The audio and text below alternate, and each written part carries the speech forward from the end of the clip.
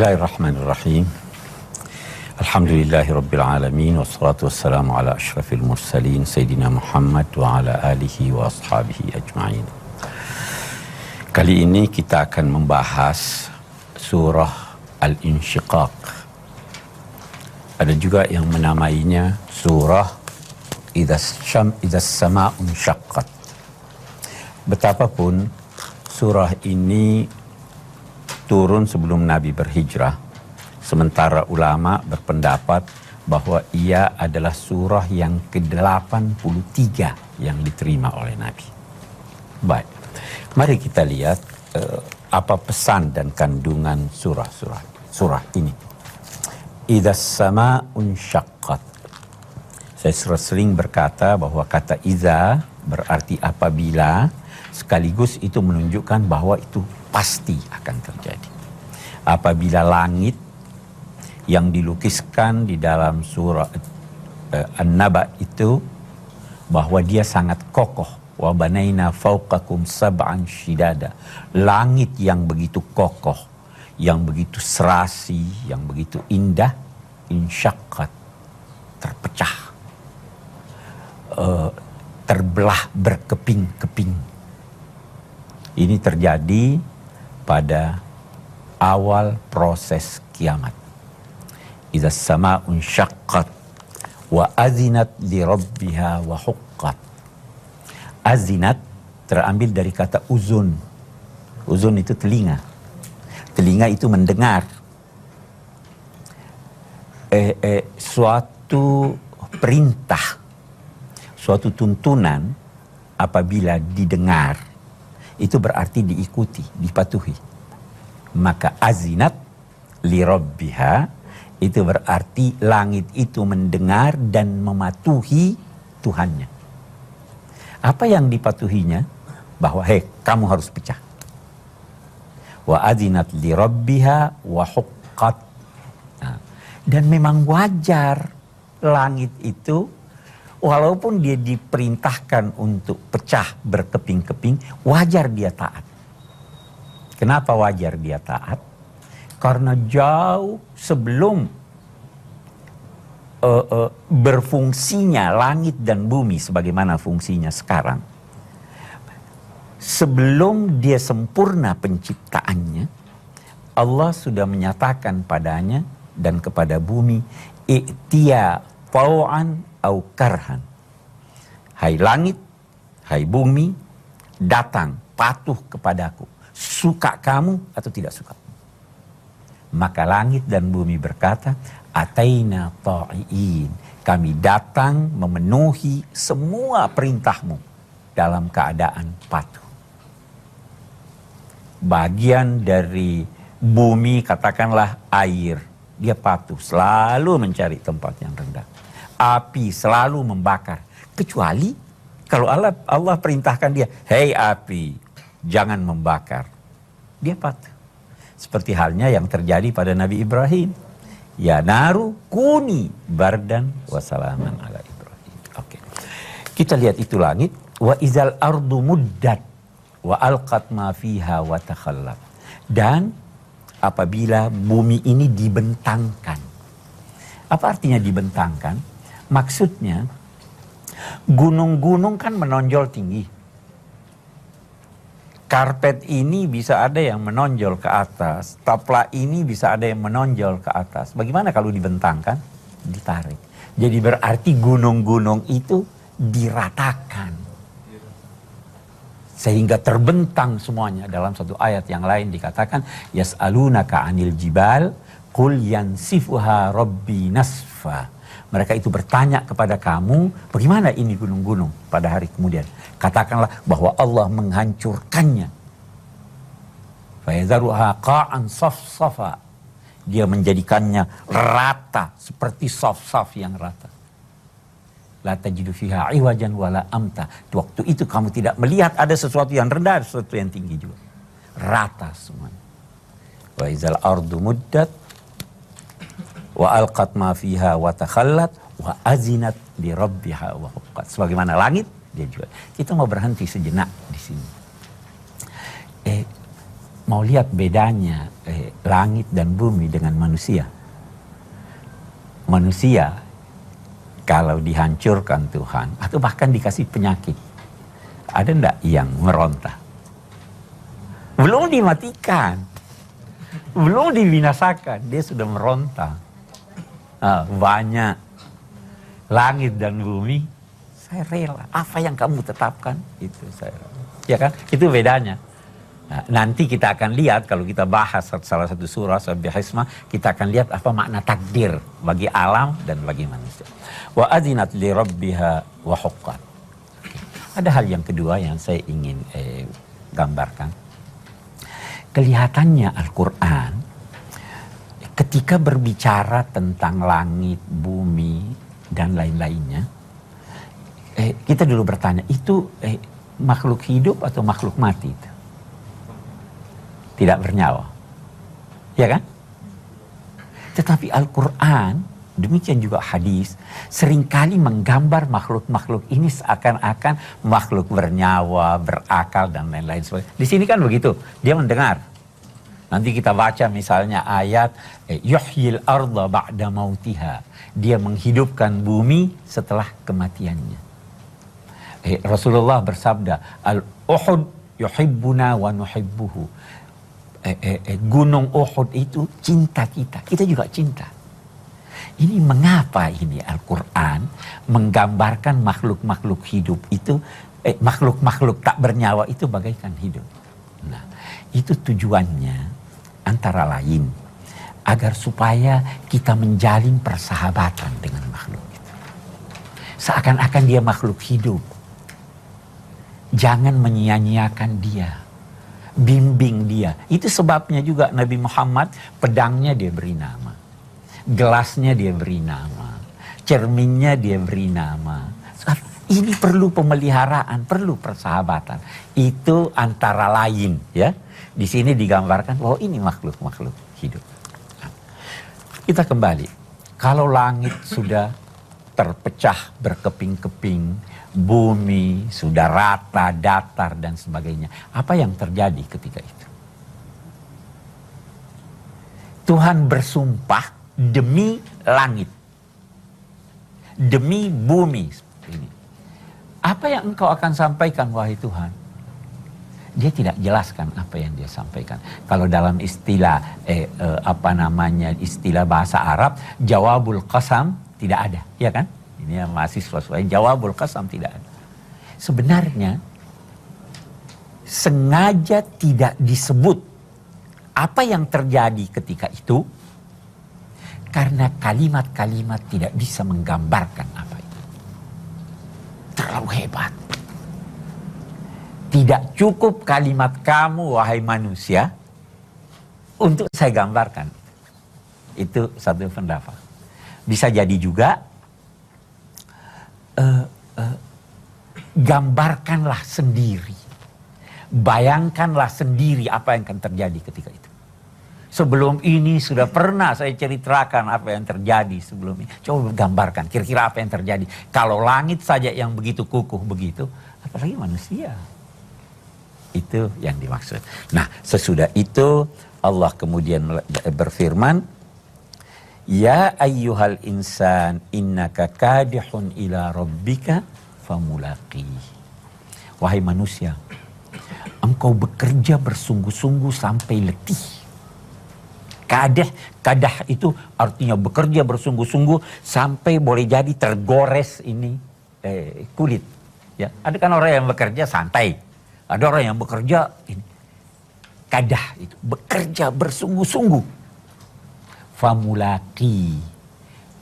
Maka pada akhirnya engkau akan menemuinya. Nah, kita bertanya, menemuinya, nyanya itu kemana? Nya besar atau nya kecil? Nya besar. Oke, bagus. Kalau kita berkata nya besar, maka engkau akan menemui Tuhan dalam arti menemui ganjarannya atau balasannya. Tapi kalau saya berkata, nya kecil. Menemuinya. Menemui amalan kamu yang kamu kerjakan dulu. Ya kan? Menemui amalan kamu.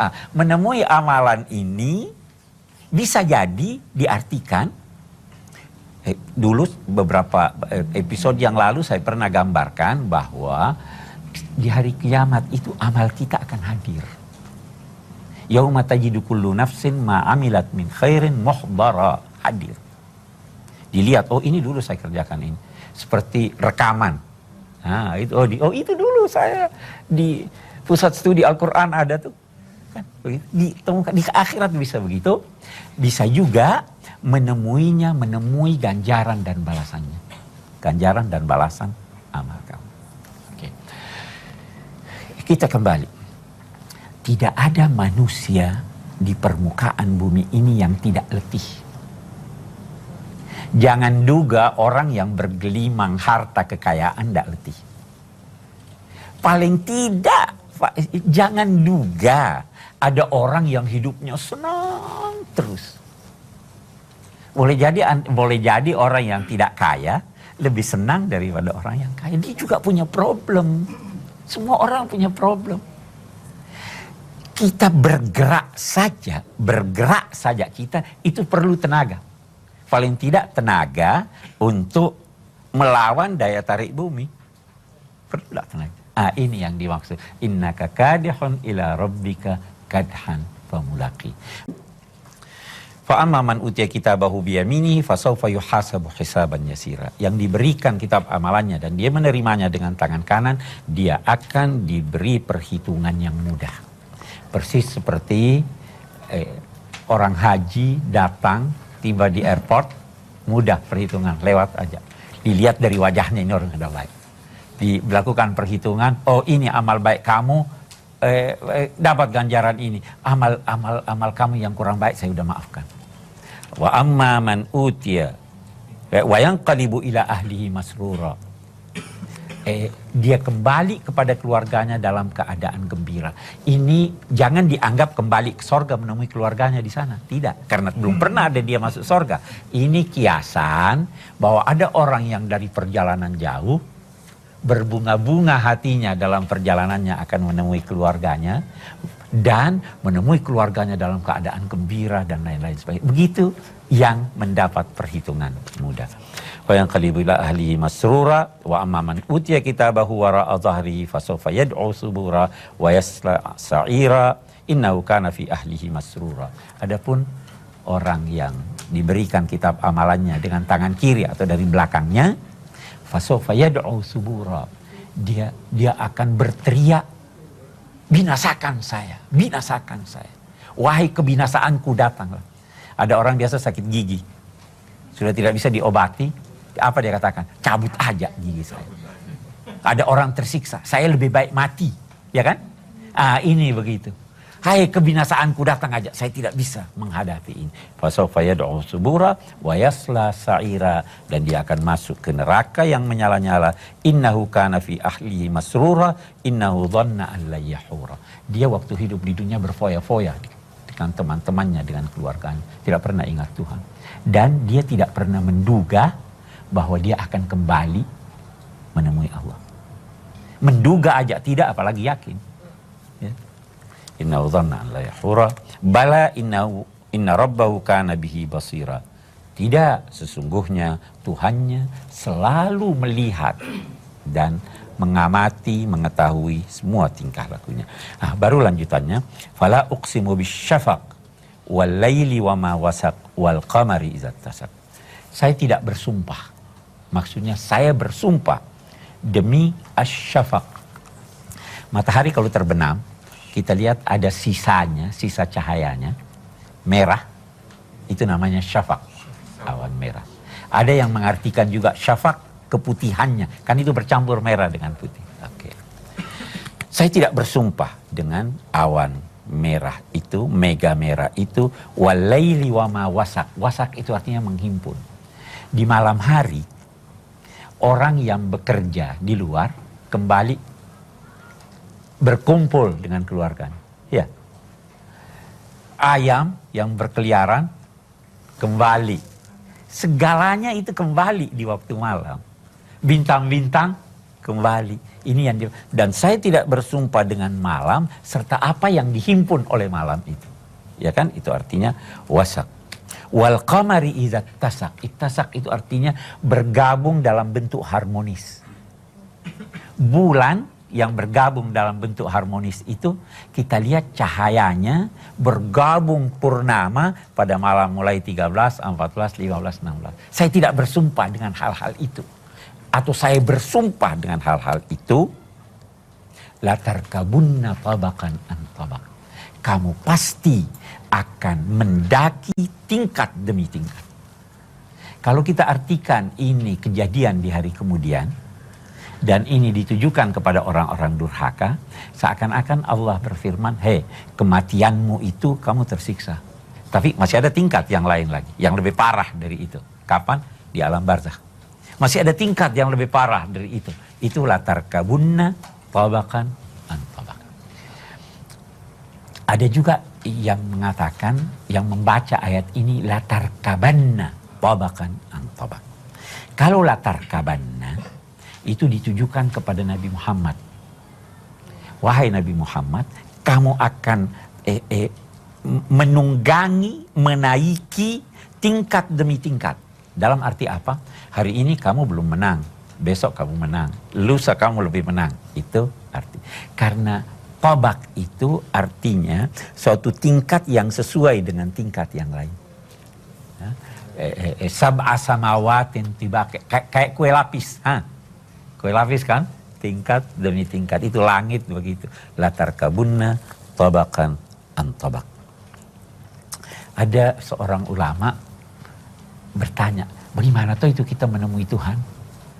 Dia katakan ada dua keadaan. Bacalah ayat Al-Insyiqaq ini. Ada orang yang menemui Tuhan seperti musafir yang berindu kepada keluarganya dan dia menemuinya. Ada juga pelarian yang terpaksa kembali ke penjara menemui penjaganya. Nah, yang rindu itu, musafir yang rindu itu, itulah orang-orang mukmin. Senang. Sebelum sampai ke sana dia udah gembira. Kalau yang ini tahanan yang lari, begitu dia ini baru ditangkap dia sudah sedih, belum lagi sampai ke penjara. Itu gambaran. Famalahum la yu'minun. Kalau demikian itu keadaan yang akan dihadapi. Kenapa mereka yang durhaka itu tidak mau beriman?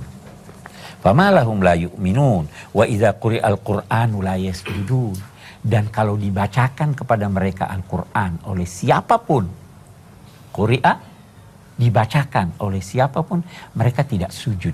Apa arti sujud di sini? Bisa sujud berarti tidak patuh, tidak mematuhi tuntunan Al-Quran. Bisa juga kata sujud diartikan sholat, tidak sholat. Bisa juga kata sujud, sujud tilawah. Nah, karena itu sementara ulama berpendapat, kalau ayat ini dibaca, itu dianjurkan orang untuk sujud tilawah. Itu famalahum la yasjudun. Wa idza qira'al Qur'an balil ladzina kafaru yukadzibun wallahu a'lamu bima yu'un fabashshirhum bi'adzabin alim illa ladzina amanu wa 'amilus shalihat lahum ajrun ghairu mamnun. Orang-orang kafir itu terus-menerus mendustakan ajaran agama, padahal Allah mengetahui apa yang ada di dalam hati mereka. Kemunafikan, kemusyrikan, kedurhakaan, rahasia, semua Allah ketahui. Maka karena itu, berilah mereka berita gembira tentang siksa yang menanti mereka. Tetapi orang-orang yang beriman dan beramal soleh mendapatkan ganjaran yang ghairu mamnun, tidak putus-putusnya. Tidak putus-putus ganjaran itu. Kalau Anda sudah tua, sudah tidak melakukan amalan yang pernah Anda amalkan di waktu muda, ganjarannya masih terus berlanjut. Saya kira itu kandungan dari surah ini. Baiklah, kita ingin mengambil kesimpulan dari surah ini. Surah Al-Insyiqaq ini menggambarkan bagaimana kepatuhan makhluk-makhluk kepada Allah Subhanahu wa taala agar manusia mau mengikuti kepatuhan itu, dan bagaimana dampak dari kepatuhan kepada Allah, yaitu nanti di hari kemudian akan mendapat kemudahan-kemudahan. bagaimana akibat pembangkangan, dan itu di hari kemudian akan mendapatkan siksa. Yang saya ingin tambahkan di sini, tadi saya belum jelaskan firman Allah, illal ladzina amanu wa amilus solihat. Kata illa ada yang memahaminya kecuali, dalam arti kecuali, ada yang memahaminya dalam arti tetapi. Kalau saya berkata fabashshirhum bi'adzabin alim, gembirakanlah mereka dengan siksa yang pedih, kecuali yang kemudian bertaubat dan beriman kepada Allah serta beramal soleh, maka mereka itu akan mendapat ganjaran yang tidak disebut-sebut lagi ganjaran itu. Maksudnya tidak disebut-sebut, tidak dijadikan dia malu. Ada orang memberi sesuatu, lantas dia sebut-sebut. Nah, orang-orang yang berdosa ini, kalau bertobat, dia juga akan mendapat ganjaran yang tidak disebut-sebut. Tapi kalau saya fahami, illa dalam arti kecuali, maka kecuali mereka itu semua akan dapat siksa, kecuali siapa? Orang-orang yang beriman, beramal soleh, mereka itu akan mendapat ganjaran mamnun, bukan lagi disebut-sebut, tetapi tidak putus-putusnya. Saya kira itu gambaran dari surah yang kita bahas ini. Wassalamualaikum warahmatullahi wabarakatuh.